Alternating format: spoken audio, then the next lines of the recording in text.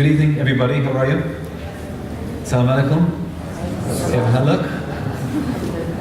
I thought I don't exactly have a good Arabic accent when I speak Arabic, so forgive me. Thank you for the lights down. The reason for the lights down are, so I want to show you some data. Thank you, Mutaz, for the introduction. I often wonder if I was such a well-known speaker, would I need such an introduction? Anyway, we go on. Thanks for the invitation to speak here this evening and for the opportunity to present my work. I was speaking with some friends today and I was telling them that I'm coming to Dublin tonight, honestly on the side of a football pitch where my kids were playing football and I was coaching them. And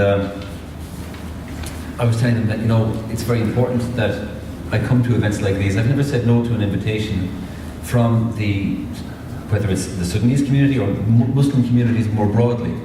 Because without the access and the hospitality that I was given or have been given by Muslim communities in Ireland, I would not have my doctorate, I would not have my book, I would not be a so-called well-known speaker. So I thank you for the invitation and I thank you for all the hospitality I've always been given. When I started my research with Muslim communities in Ireland, and I'm using the term anti-Muslim racism instead of Islamophobia, we can talk about that maybe during the discussion. But when I started my work, I had a very simple question. This was back in 2009. In the context of the so-called war on terror, what effect were the discourses associated with the war on terror having on Muslim communities? So what effect were they having on the individual man, woman, boy, girl on the street who is Muslim? How are they being targeted? Were they being targeted? We heard of, or we saw reports coming through anecdotally in the Irish context of experiences of anti-Muslim hostility and discrimination. But we didn't, as I established at the time, have any systematic data on the issues. And of course, in the context we find ourselves in, if you want to try and challenge issues, if you want to get government to engage with you, a lot of the time you need to have data to do so. Otherwise, it's just one of those arguments being made by one constituent community. So I went out to establish, or to see if there were experiences, or if anti-Muslim racism was a thing in Ireland, and if so, how is it manifesting? How is it manifesting differently for different communities? And how is it manifesting differently across the sexes as well? So, a number of reports I have been involved in my book and so forth over the last number of years have focused on anti-Muslim racism in Ireland, or Islamophobia as I have in the title of these, because that heretofore has been the term that people like to use. I want to talk to you about two pieces of research today in particular, but I also want to talk to you about how we might challenge the phenomenon that is anti-Muslim racism. It's all well and good engaging and gathering data on these experiences, but we also have to try and access some way that we can address this across the communities and across Irish society.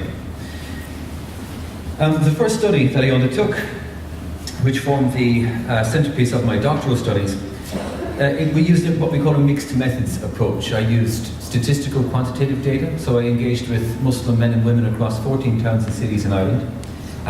Just over 323 people took part in that stage of the research. And I followed that up with some qualitative focus groups and interview discussions with members of the Muslim communities. The split across the sexes, 41% female, 59% male. And a key issue that I want to point up, and I'll come back to it in a few moments, because we do have very base data at the level of the census in terms of the diversity of Muslim communities in Ireland. In my own research, I had 51 different nationalities and countries of origin involved, and that was more than what we would have established in the census as well previously. So what did I find?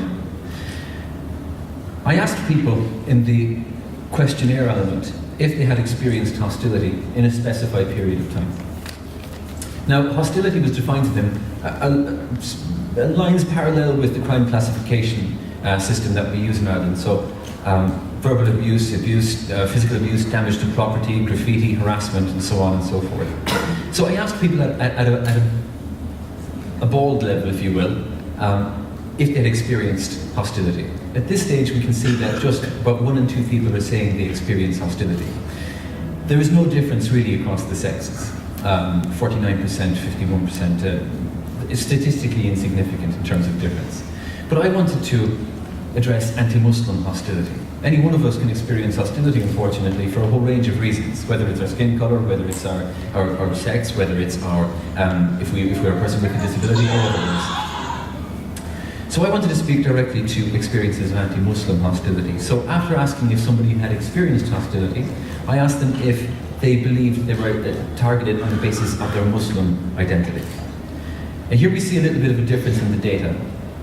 We see this figure now drop to just over 1 in 3 people stating that they believe they were targeted specifically on the basis of their Muslim identity. Verbal abuse was the most common manifestation. Over 80% of those who experienced hostility stated they had experienced verbal abuse.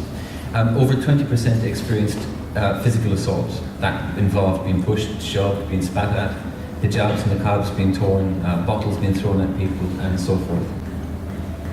All very, very, very horrible. In terms of, generally speaking, in terms of how, if we can broadly cast that under what we would refer to as hate crime, those percentages, that large verbal abuse and kind of a smaller but obviously important experience of physical abuse, that aligns with other forms of hate crime as well, in terms of experience, whether it's hate crime towards LGBT communities or otherwise. A key difference here, in terms of the experiences across the sexes, is that we can see for Muslim women, the rate goes up from this rough 36% to 44%, so almost 1 in 2 Muslim women are experiencing anti-Muslim hostility. And for men it drops to just over 1 in 4, down to 28%. Again, that resonates very, very strongly with the international context. Now, of course, we will say that some of the issues that we can point towards are the visibility of Muslim women vis-a-vis Muslim men, and that Muslim women are, especially those who wear hijab, are more easily identified as Muslim. And that's common in the literature, but of course I'd also like to stress what's associated with that covering, for example, in the literature. The notion of being oppressed, the notion of not being part of our society, in Western society, and so forth. The people who experienced anti-Muslim hostility in my research derived from a range of different countries of origin and had a range of different cultural identities. Whether it's from Ireland, Libya, Iraq, right down to the one as Kosovan, Jordan, wherever. If someone defines their cultural identity as Irish Muslim, as Irish, as Arabic, as Yoruba, as Mugandan, as Oromo, Pashtun, so on and so forth. We have a whole range of diverse communities here. The one thing that unites these people and their experiences is their Muslimness, their Muslim identity. So we can be, unfortunately, confident it was Muslimness in this case that people were reporting, or in terms of their being targeted. I want to briefly turn to experiences of discrimination. Again, similar sort of questions. Have you experienced discrimination? Discrimination being defined as access to goods and services, including education, healthcare, and so on. At a broad level, over 1 in 2 people stated, almost 1 in 2 people stated they had experienced discrimination. And when we look at this, the Muslim being targeted on the basis of one's Muslimness, we see the figure go to, again, just about 1 in 3. At work, looking for work, in or accessing education, whether it be by peers in the classroom, or indeed, as my later research has demonstrated, by school teachers themselves. Again, we see the significance of religious stress coming through here. And when we control for sex, we see that Muslim women are almost twice as likely as Muslim men to experience discrimination. Now again, there is some nuance in this data, and it goes to the levels of identifiability. We do find cases wherein Muslim men can experience almost as high levels of discrimination when accessing work, for example. So in terms of the experiences and what people report, and Ireland and how Ireland is located in the international context, well, Ireland is the same, but there are some differences. The same in the sense that this example here, and I won't obviously given the younger viewers who may be in the room, use the expletives, but you can understand some of the language used towards this young Arabic Muslim woman from down the country, not from Dublin, down in Cork. She's been called a filthy Arab, she's had her hijab pulled and so forth. And these tropes and the way this is manifesting for this young woman, again, what shook shook me and struck me when I started doing my research was the manner in which these manifestations resonate with not only the Irish context, but you can pick up literature in Austria, and you can pick up literature in Australia, and you'll see exactly the same sort of things coming through. There's the gender difference, for example. A number of years ago, when Osama bin Laden was a key trope within anti-Muslim discourse, where Muslim men were being called bin Laden, Muslim women were being called bin Laden's wife, for example. We see themes coming through as the Muslim as terrorist. We see themes coming through as the Muslim as a suspect or suspect communities. We see the gender differences in there. We see the manner in which Muslim men are portrayed as being these hyper-patriarchal groups, if I can draw from the work of the academic in Canada, Shireen Razak. I want to move on to the second study, and this study took place in Dublin, and it involved 66 Muslim men and women. 33 of each sex took part in the research. Everyone was over 18. We had a diverse range of backgrounds, a diverse range of age groups. There was one lady who took part in this research who was in her late 70s, and it was absolutely a tremendous pleasure to have her involved in the work. The methods used were all qualitative, so it was all interviews and focus groups that took place.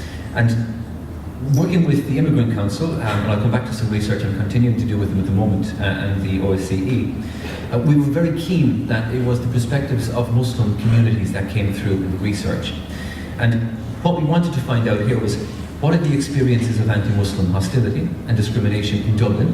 This was 4 or 5 years after my original research. And also, what do Muslim communities say they would like in terms of how we can challenge anti-Muslim hostility and discrimination? In terms of experiences, people reported verbal abuse, assaults, graffiti, damage to property, intimidation. Examples, there's often, I'm from a working class background, and there's often this kind of a quick reference to the people who engage in anti-Muslim hostility and indeed broader forms of racism are from the working class background, and I always get quite offended at that, quite frankly. But the examples came through of people being targeted in the city centre in Dublin, of people being targeted in the less salubrious areas of Dublin, but of people being targeted also in the so-called better areas of Dublin. Whether it's young Muslim women at a drive-through at McDonald's being set upon by 3 men who are obviously intoxicated, but repeatedly made references to ISIS, as they refer to it, and comments about Allah. Similarly, if it's a young Muslim woman walking down Abbey Street in Dublin who has a bottle thrown at her with a man shouting expletives at her and clearly making reference to her Muslim identity. Or if it's a young woman, as I said, in the less salubrious part of Dublin who is confronted 5 times in 1 week at the age of 18, a refugee herself. She had not experienced anti-Muslim hostility up until that point. And that 1 week she had 5 distinct experiences. In terms of experiences of discrimination, we see, even though 5 years have passed, we see people having difficulty accessing schools. We see people experiencing discrimination, and direct racism from their peers, making references to Arabs and Muslims and equating them with terrorists. Teachers asking young Muslim women to take, and I paraphrase, that stupid thing off your head, if you want to hear me, and making reference to her hijab. A young Muslim man recalling how he was told to shut up Allah by his teacher in his school. Accessing employment, a case that hasn't been held by recent European court judgments in the last year. Muslim women predominantly finding it difficult to access employment if they want to maintain, to wear the hijab in doing so.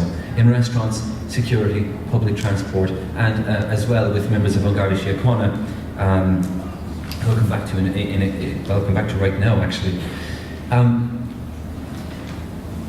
So over the course of doing my work, I've also engaged with members of An Garda Síochána, retired members of An Garda Síochána, members of non-governmental organisations in terms of how we can challenge anti-Muslim racism. Because when there are 5, 6, 7 years between the 2 studies I've just been referring to, in terms of their start dates, very little seems to have happened at the level of the state in terms of how we deal with anti-Muslim racism here. This flyer I have on screen here was drafted by a member of An Garda Síochána working with a local integration forum down in Kilkenny. It's one example of very, very good practice. Indeed, I do know that leaflets such as this have encouraged members of the communities to report their experiences based on good, positive community policing.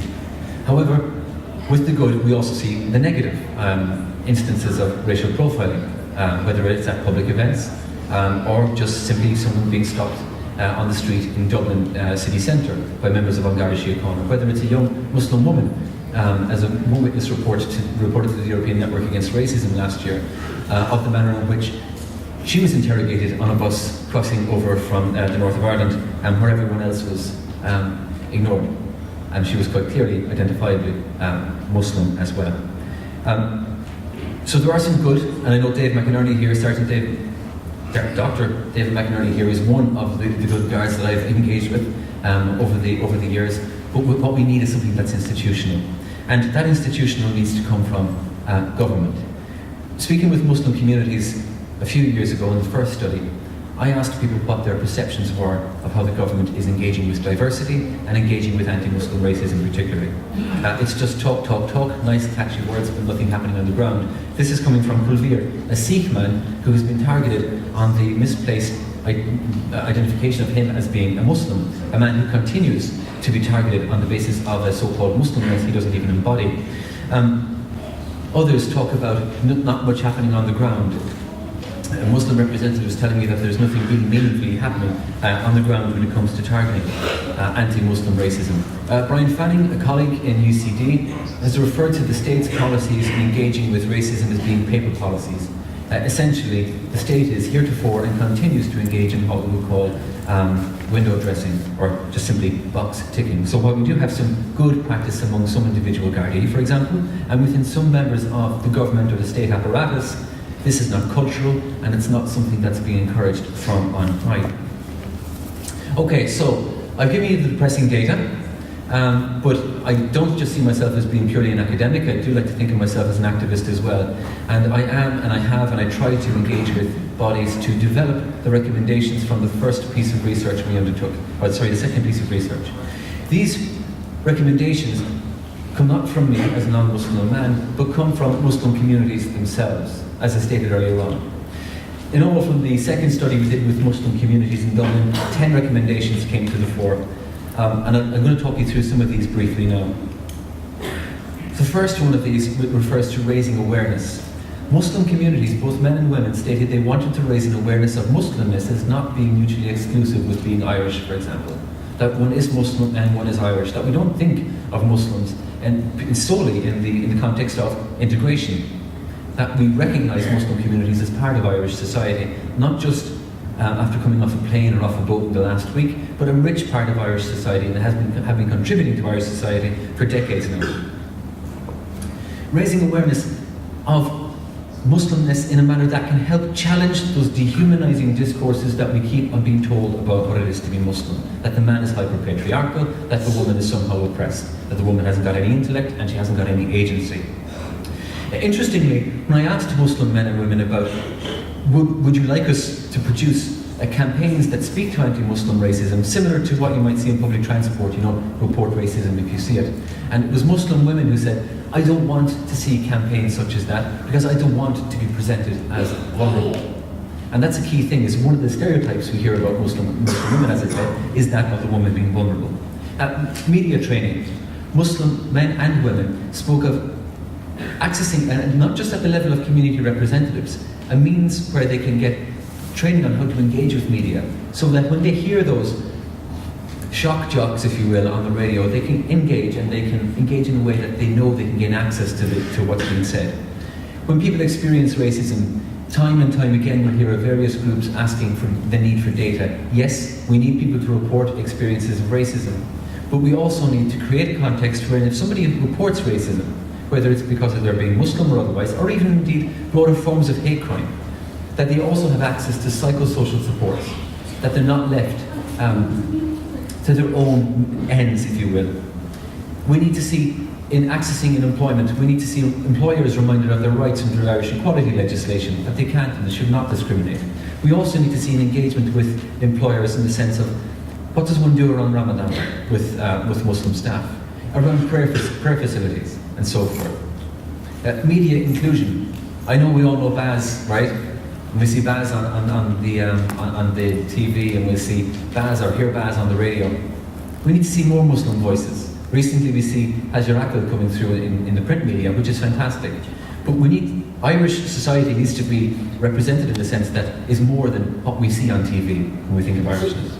Inclusive policing, community policing, inclusive policing that would open up doors for members of Muslim communities if Muslim women want to join the police and wear the hijab, and Muslim men, not Muslim men, Sikh men for example, if they want to join the police, that they can wear their turban. In other words, that the state becomes truly neutral and accepts all identities within how the uniform manifests. In terms of education, there were a couple of issues. We need to see diversity in the classroom, and people spoke to the need to see greater diversity. Now this speaks to areas around education policy, employment policy. In the classroom, we need to address anti-Muslim racism. And I'm currently working with the OSCE and the Immigrant Council of Ireland on a piece of work wherein we're trying to design, or we are designing and we will design, a reference for teachers that fits with the CSPE junior cycle curriculum that will speak to what it is to be Muslim in Ireland, and not just in the context of immigration, but we'll talk about immigration, but we'll also talk about generations of Muslims here. We'll talk about the normal stuff it is to be Muslim, that you like football, and so on and so forth.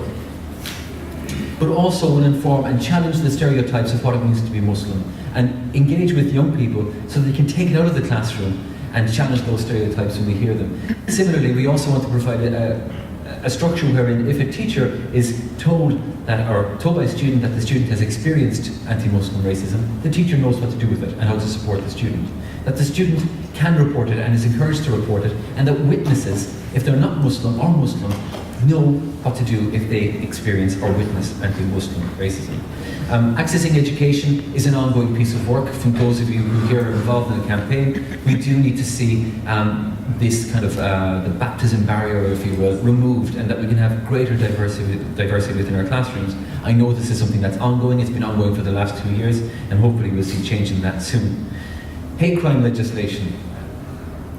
Last year, and on the proviso, I have to caveat this, with data that were provided to me and some colleagues of mine who work in the Hate and Hostility Research Group in the University of Limerick, 13 anti-Muslim hate crimes were reported to An Garda Síochána, just 13.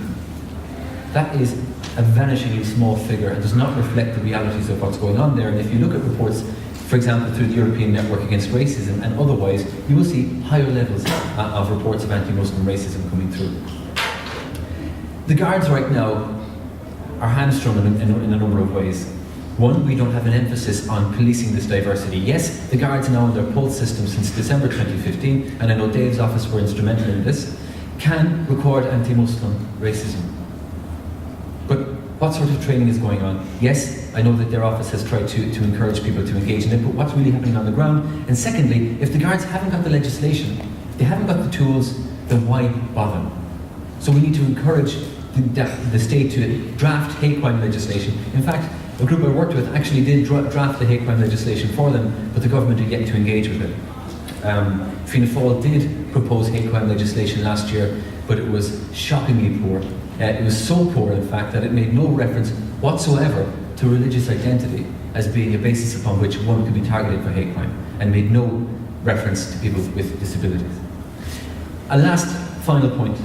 In terms of how we address anti-Muslim racism, and I'm not going to speak for the Muslim communities, but what people told me was that people need to move forward together. That it isn't the case of one representative organisation, whether it's Muslim or ethno-national background organisation, that speaks for this, but all communities speak to this. And everyone work together to try and engage with the issues that are arising. Anti-Muslim racism is an issue. It's one of the top issues right now in terms of the racist discourse that we see manifesting, and it's something that we can only challenge if we work together on it.